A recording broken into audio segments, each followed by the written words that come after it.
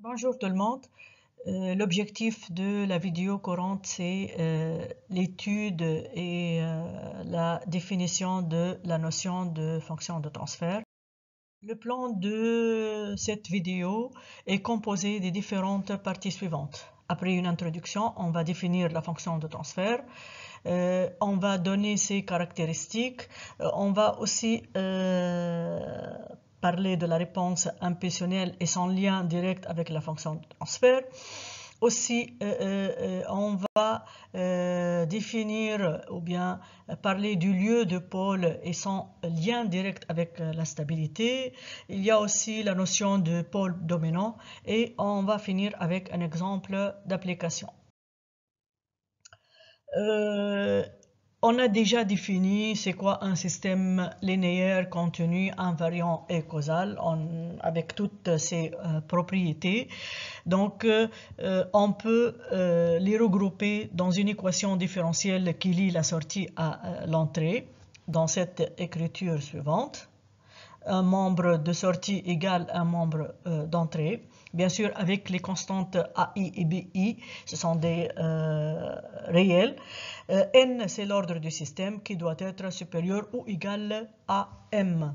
Si on applique la transformée de la place aux équations différentielles, on peut résoudre d'une manière assez simple cette équation-là en cherchant sa solution et bien sûr analyser le comportement dynamique du système en se basant sur la notion de la fonction de transfert appelée aussi transmittance qui est la sortie sur l'entrée avec des écritures algébriques faciles à manipuler. Voilà devant nous donc l'équation différentielle qui décrit le fonctionnement dynamique du système. On va appliquer la transformée de Laplace en supposant que toutes les conditions initiales sont nulles. On va utiliser les propriétés de linéarité et de la dérivation pour aboutir à écrire cette équation-là. Qu'est-ce qu'on observe dans cette équation-là? On a les coefficients qui restent les mêmes à n jusqu'à a0. Et on a les Pn, p à la puissance n-1 jusqu'à p à la puissance 0 qui sont l'équivalent des dérivés. Le tout fois regroupé en un polynôme fois la sortie S. Donc ça c'est S de P qui est la transformée de la place de petit s de T. Et de la même façon, on écrit le polynôme de l'entrée à partir de Bm P à la puissance M jusqu'à B0. Sachant que E de P c'est la transformée de la place de l'entrée E de T.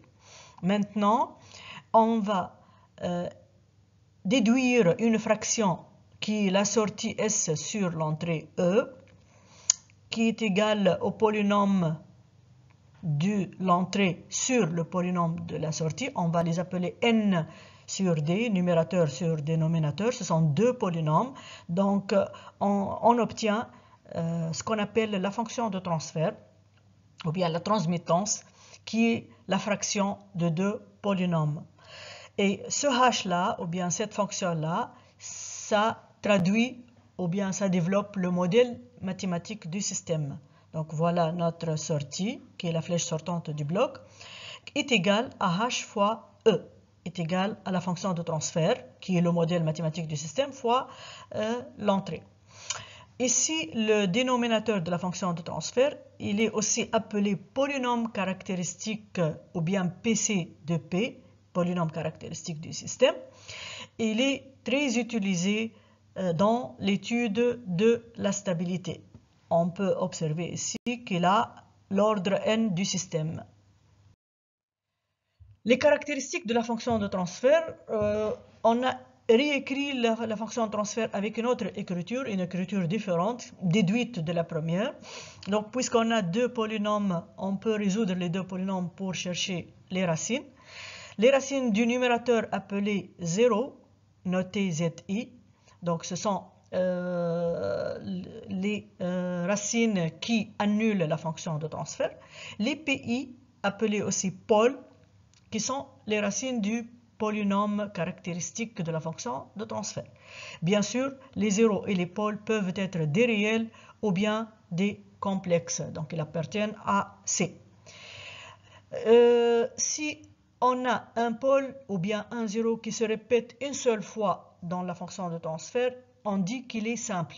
C'est un zéro simple ou bien pôle simple. S'il se répète deux ou bien plusieurs fois, on dit qu'il est un pôle ou bien un zéro multiple. La même chose, si on trouve un zéro nul, on dit qu'on a un dérivateur dans la fonction de transfert. Et si on trouve un pôle nul, on dit qu'on a un intégrateur dans la fonction de transfert.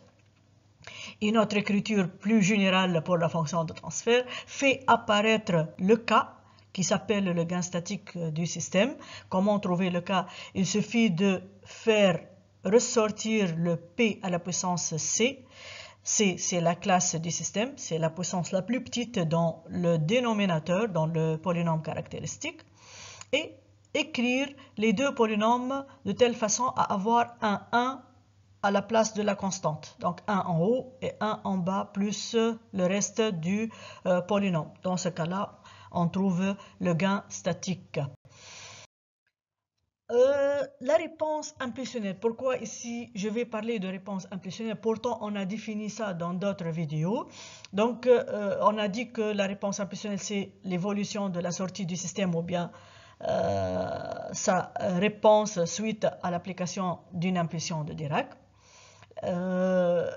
Cette impulsion ou bien la réponse impulsionnelle permet de déduire l'état de stabilité du système. Donc, on peut dire en conclusion qu'un système est stable s'il est soumis à une impulsion de Dirac, il revient à son état initial. Donc, vous pouvez observer les trois petits vidéos là-bas.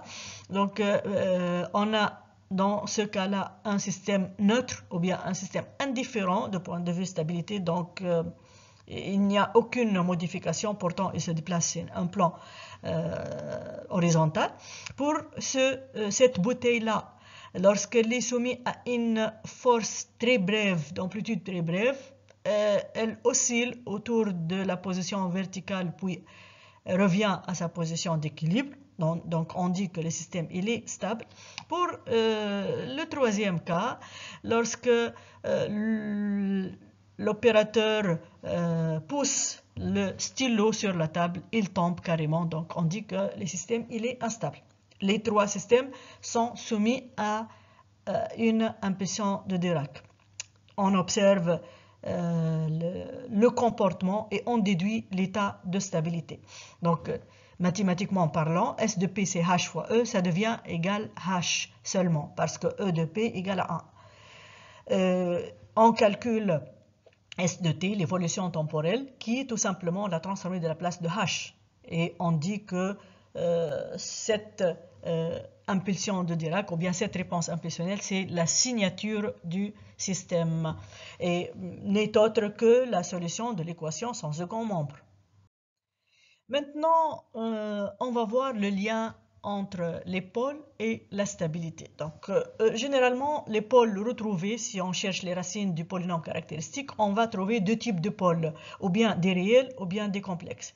S'ils sont des réels, l'évolution temporelle de la sortie, elle est de nature exponentielle, comme écrit ici.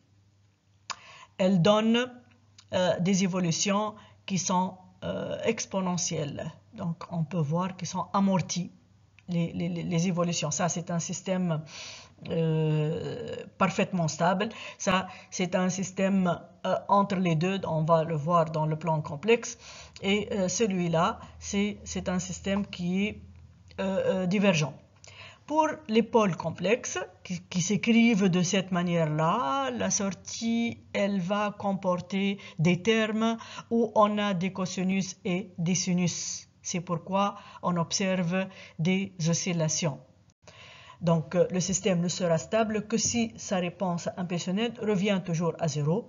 Et pour l'atteindre, il suffit de tendre les deux exponentielles, que ce soit dans ce cas-là ou bien dans ce cas-là, vers 0.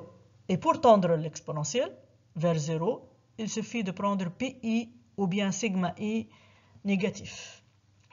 C'est quoi PI? C'est quoi sigma I? Le PI, c'est le pôle réel et le sigma I, c'est la partie réelle du pôle. Donc, en conclusion, un système est stable si et seulement si la partie réelle de tous ces pôles est soulignée sur le mot tout ou bien tous. Donc, tous les pôles doivent être négatifs s'ils sont des réels ou bien à partir réelle négative s'ils sont des complexes. Par exemple, dans ce cas-là, on a la convergence des oscillations vers le zéro. Donc, c'est un système qui est stable. Ici, oscillatoire et ici, oscillatoire divergent.